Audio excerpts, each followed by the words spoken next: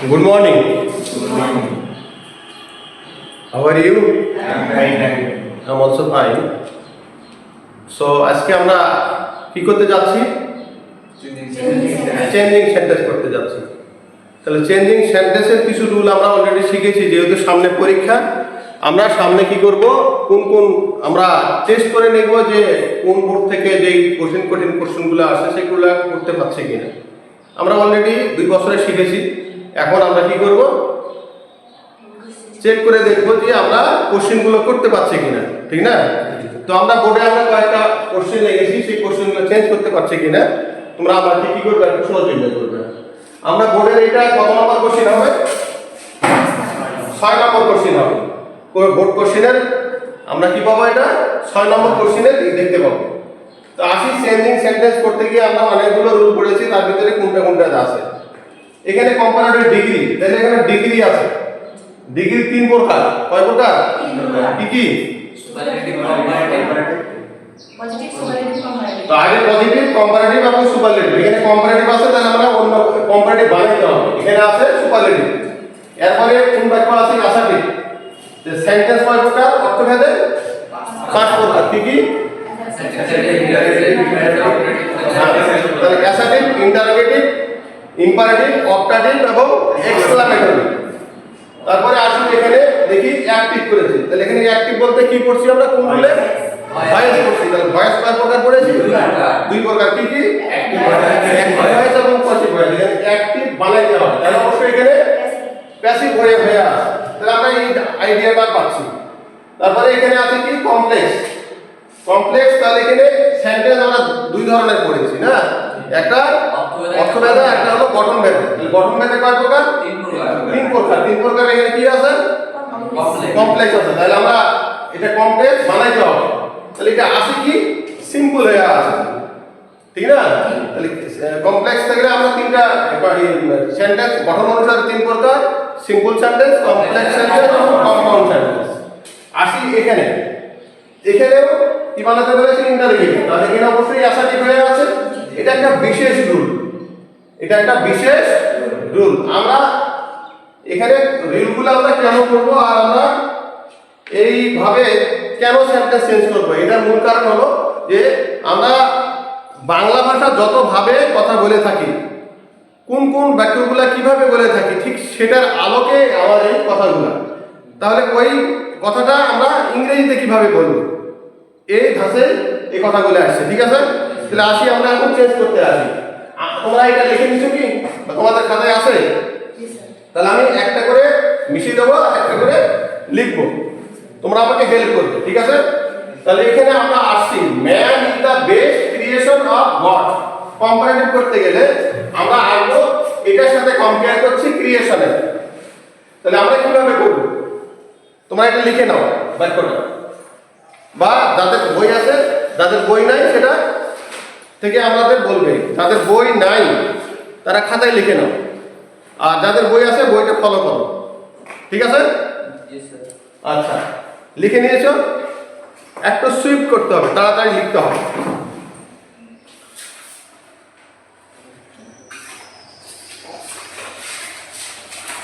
Complete? ওকে, তাহলে আমি এখন এটা বোর্ড থেকে মুছিয়ে দিচ্ছি, আর এখানে আমরা আনসারটা লিখব। আমাকে বানাইতে হবে কম্পারেটিভ। কম্পারেটিভ মানে কারোর সাথে তুলনা করব। তাহলে এখানে কি আছে? ম্যান। তাহলে এখানে যদি বেস থাকে, আমরা পড়েছি সুপার ডিগ্রিকে কম্পারেটিভ করতে গেলে প্রথমে কি শুরু করব?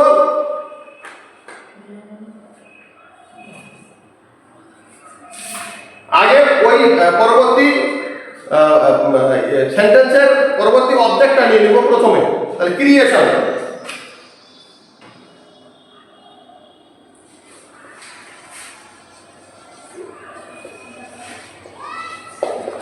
ক্রিয়েশন of God দিয়ে দিলাম is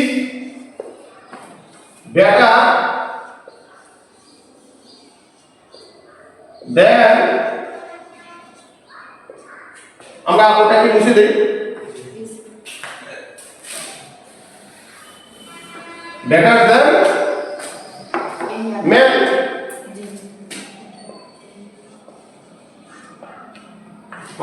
পেরেছো? তাহলে মানুষের চাইতে আল্লাহ সৃষ্টি,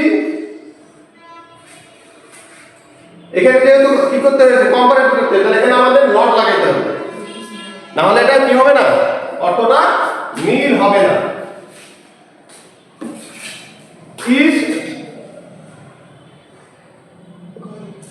ইজ নট, তাহলে মানুষের চাইতে আল্লাহর সৃষ্টি কি নয়, বেশি ভালো নয়। ঠিক আছে না? কে ক্রিয়েশনটা, বা এই এটা যদি আমরা ওয়াক গডটা পিছনে দেই তাও এখানে হয়ে যাচ্ছে। দেখি আমরা, তাহলে ওয়াক ম্যান এখানে দিয়ে দাও, ওয়াক গড, আল্লাহ মানুষ চাইতে সৃষ্টি কি নয়, বেশি ভালো নয়। পরিষ্কার হয়েছে এখন? তাহলে আমরা এটা বুঝতে পারলাম। আচ্ছা, আমরা এখন পরবর্তীতে যাই। এখানে বলা হলো না বেসটা কোথা থেকে আসলো, পজিটিভ কি হবে তাহলে, গুড, গুড কম্পারেটিভ হচ্ছে বেটার, বেটার আর বেস, তাহলে এটা পজিটিভ ডিগ্রি, এটা কম্পারেটিভ ডিগ্রি, এটা হলো superlative. Good positive, better comparative, আর হলো বেস হলো সুপারলেটিভ। আমরা ওখানে ব্যবহার করছি তো এটা। আচ্ছা, থ্যাংক ইউ। এখন আমরা আসি দ্বিতীয় ওই বি নাম্বার। বি তে আসি কি বলেছে, আমাদের অ্যাসার্টিভ করতে বলেছে, আসে কি ইন্টারোগেটিভ। তাহলে আমরা শিখেছি যখন কোনো অ্যাসার্টিভ থেকে ইন্টারোগেটিভ করব তখন নেগেটিভ বানাবো। এখানে নেগেটিভ যেহেতু আসে, ইন্টারোগেটিভ হয়ে আছে, তাহলে আমরা অ্যাসার্টিভ করতে গেলে এটা সহজ হবে। আসি এবারে কি হবে, এটা দিয়ে এটা কিভাবে হবে, it is our it is our responsibility, responsibility, responsibility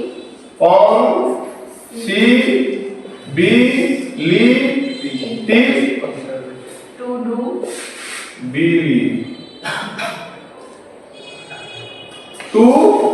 good deeds, good deeds.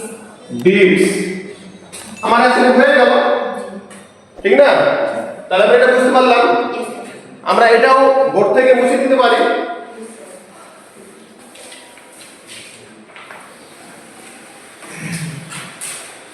এখন আমরা আসছি সি।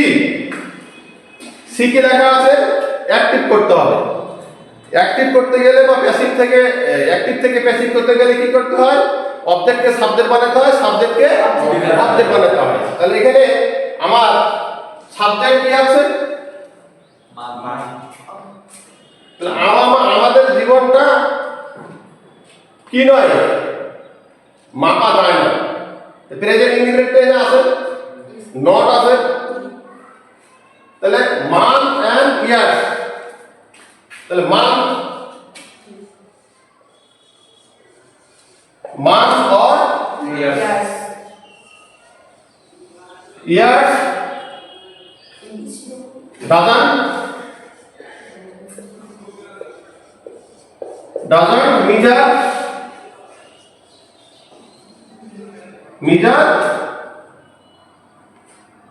our life,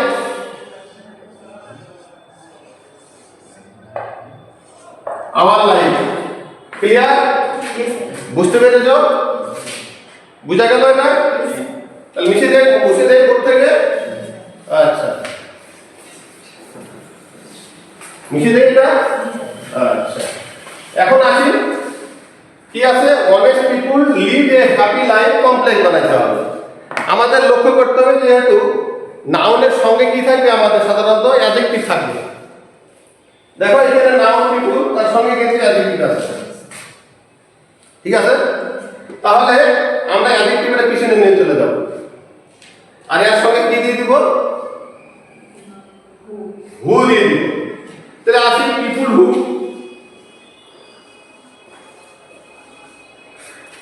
এটা ইন্টারোগেটিভ রিলেটিভ প্রোনাউন। রিলেটিভ প্রোনাউনের আগে সাধারণত কি থাকে,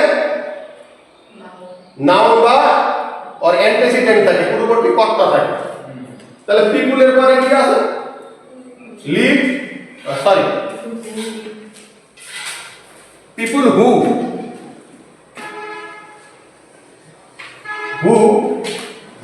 are honest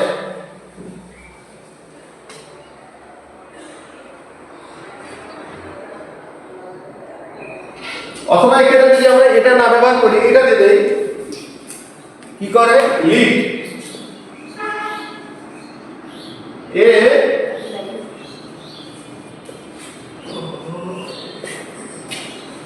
happy life are honest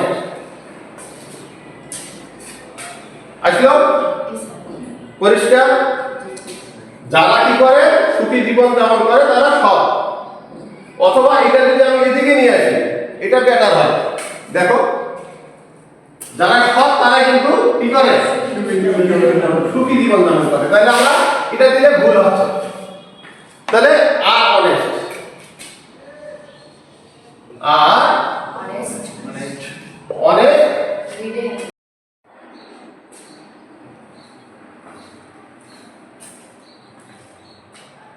আমরা এটা বুঝতে পারলাম people who are honest live a happy life এটা বুঝলাম এখন এটা হয়ে গেল ঠিক না আচ্ছা এটা মুছে দিচ্ছি বোর্ড থেকে এখন শেষেরটা কি নাম্বারটা এটা তো অলরেডি আমরা করেছি স্পেশাল নিয়ম রুলটা কি আছে একটু তুমি পড়ে শোনাতে পারবে